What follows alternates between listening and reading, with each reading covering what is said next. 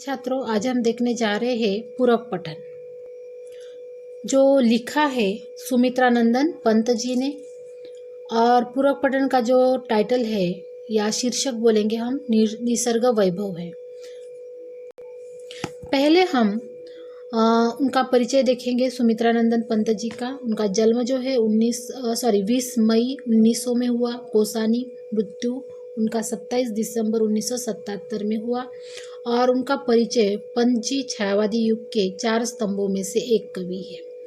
वे प्रकृति के साथ साथ मानव सौंदर्य और आध्यात्मिक चेतना के भी कुशल कवि थे। उनकी जो कृतियाँ हैं वो है वीणा, गुंजन, पल्लव, ग्राम्या, चितंबरा, कला और बूढ़ा चांद आदि उनके काव्य संग्रह है। हार उपन्यास है, 60 वर्ष एक रेखांकन, ये उनकी कृतियाँ है।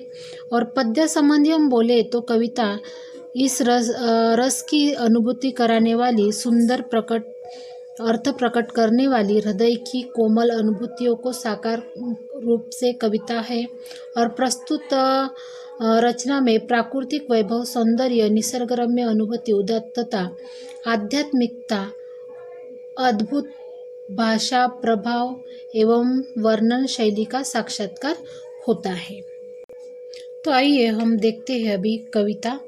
कितनी सुंदरता बिखरी प्राकृतिक जगत में, ईश्वर टपक रही गिरी शिखरों से झरझर, लौट रही घाटी में, लिपटी धूप छाव में निस्वर, अनिल स्पर्श से पुलकित तृणदल बहती सीमाहीन, श्लष्ण संगीत स्त्रोतसी, अहरद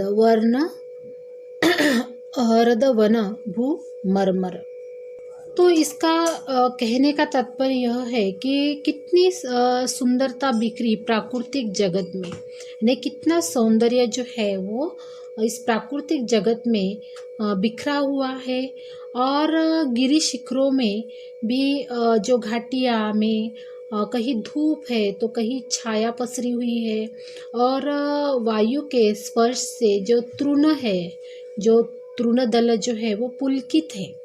और वायु के बहने से प्रतिदिन वन भूमि जो है, वन भूमि में पत्तों के हिलने से होने वाली जो आवाज़ है, मरमर की ध्वनि, उसको आवाज़ ही बोलेंगे हम, मधुर संगीत जैसी प्रतीत होती है।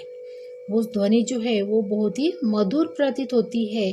और फूलों की शोभा जो है वो नेत्रों को शीतलता प्रदान करती। इतने सुंदर फूल जो है इस भूमि में बिखरे हुए हैं। और वो फूल देखकर नेत्र जो है, हमारे नयन जो है वो कैसे होते हैं, शीतल होती है, शीतलता प्रदान होती है हमारे नयनों को। फिर भौरों के दल गुंजन करते हैं। भौरों के दल क्या होते हैं, गुंजन करते हैं और कलियों का रस पी रहे हैं। और तितलियां भी उड़ रही है। कई दूर घने वृक्षों के मध्य मधुर स्वर में कोयल भी क्या कर रही है, गाना गा रही है। इस तरह से इस पहले जो क्या बोले हम स्ट्रांजा, उसके इसका यह मीनिंग निकलता है, यह मीनिंग है। फिर यहाँ पे कवि कहते हैं कि लेटी नीली छायाए कृश रवि किरणों में गुपित, दुरारोह भांति डाले निश्चल तरंग से स्तंभित, स्वर्ण भाल गिरी सर्वप्रथम, करती उषा अभिनंदन, सांझ यही सोती छिप, निर्जन में कर संध्या वंदन। यानी कवि का कहने का तात्पर्य है कि कवि की कोयल, कवि की जो मीन्स रवि जो है, उसकी जो कोमल किरणें जो है, जो सूर्य बोलेंगे हम, रवि मीन्स क्या, सूर्य की जो निकली कोमल किरणें हैं वे सूंधी छायाएं लंबे ताड़ों पर पड़ रही है। जो लंबे ताड़ के जो वृक्ष है उस पर पड़ रहे हैं और स्थिर है, वो वही जगह पे क्या है, स्थिर है। और सूरज की स्वर्णिम जो किरणें हैं वो सर्वप्रथम इन गिरी शिखरों का भी अभिनंदन करती है। यानी सर्वप्रथम जो सूर्य की किरणें जो है, वो सूरज की किरणें किस पे आती है, गिरी शिखरों पे आती है और वो अभिनंदन करते हैं। सांझ ही जनहीन वनों में संध्या वंदन करके छिपकर सो जाती है।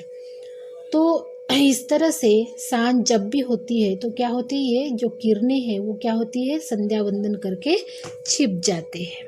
फिर कवि कहते हैं, अपलकत तारापत शशिमुख का बनता लेखा दर्पण, यही शैल कंधों पर सोया जगता गंध समीरण। सद्य स्फुट सौंदर्य राशि सम्मोहन भरती मन में, कितना विस्मय कर वैचित्र भरा पर्वत जीवन में। खक चकते फल कुतर रही गिलरिया कोपल, वन पशु सब लगते प्रसन्न परिचित मरकत आंगन में। तो कवि यहाँ पे हमें बता रहे हैं कि देखो कि रात्रि में आकाश में अगणित तारे हैं। जो तारे हैं वो कैसे हैं, अगणित है। और फिर ऐसे अगणित तारे में चंद्रमा दर्पण जैसे लगते हैं। यही पर्वतों के कंधों पर जो सोई हुई सुगंधित वायु जो है वो क्या होती है, जग जाती है। और यह खिला हुआ सौंदर्य मन को मोहित करता है। और पर्वत प्रदेश के जीवन में कितना सौंदर्यजनक विचित्रताएं हैं। और पक्षी भी क्या करते हैं, खग मीन्स क्या, पक्षी।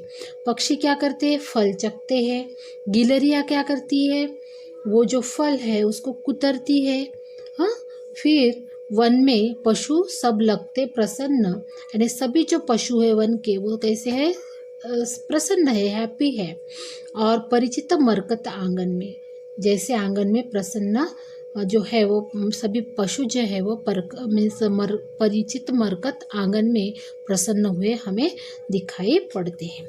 फिर यहाँ पे तीसरे जो ये है उसमें कवि कह रहे हैं, स्वाभाविक यदि मुझे याद आता है ईश्वर इस क्षण में, जड़ जग इतना सुंदर जब चेतन जग में क्या कारण रहता अरहत जो विषन्न जीवन मन का संघर्षण। तो यहाँ पे कवि कह रहे हैं कि देखो ईश्वर, मुझे ऐसे क्षणों में मनुष्य जगत का ध्यान आता है जब क्या होता है कि संसार इतना सौंदर्य बिखरा पड़ा है। क्या कारण है कि मुझे बुद्धिमान जो मनुष्य है वो प्रतिदिन चिंता और संघर्ष में रहता है। और हमें प्राकृतिक जो प्रकृति है उनका पुनः विश्लेषण करना होता है। और फिर पृथ्वी पर ईश्वर का जो प्रतिनिधि है मनुष्य, हाँ, तो वह ऐसा शापग्रस्त क्यों अपना जीवन व्यतीत कर रहा है। ऐसा लगता है वह अपने तुच्छ अहंकार में ही सीमित हो गया है। तो मनुज प्रकृति का करना फिर नव विश्लेषण, यानी मनुष्य जो है उसको क्या करना पड़ेगा, प्रकृति का फिर से विश्लेषण करना पड़ेगा, संश्लेषण करना पड़ेगा। ऐसे यहाँ पे हमें जो कवि है वो बता रहे हैं। फिर वह अपने तुच्छ अहंकार में सीमित हो गया है, स्वयं केंद्रित हो गया है। पूरी वसुधा जो है एक परिवार है, ऐसी धारणा उसके मन से समाप्त हो गई है। अभिशापित हो उसका जीवन कैसे हो गया है, अभिशापित हो गया है, अपनी क्षुद्र अहंता में ही सीमित है। अभी मनुष्य जो है वो इतना अपना जीवन ऐसा क्यों व्यतीत कर रहा है, क्योंकि वो अहंकार से भरा हुआ है। उसका जीवन आत्म केंद्रित हो गया है, छिन्न हो गया है।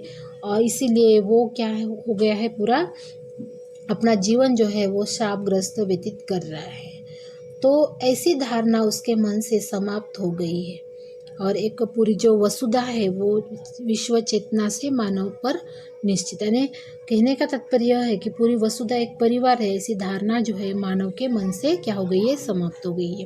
तो इस तरह से निसर्ग वैभव यह जो कविता है हमने यहाँ पे पूरी की है। अगर आपको वीडियो अच्छा लगा तो वीडियो को लाइक कीजिए, चैनल को सब्सक्राइब कीजिए और अपने जो फ्रेंड्स हैं उनको फॉरवर्ड करना नहीं भूलिए। धन्यवाद।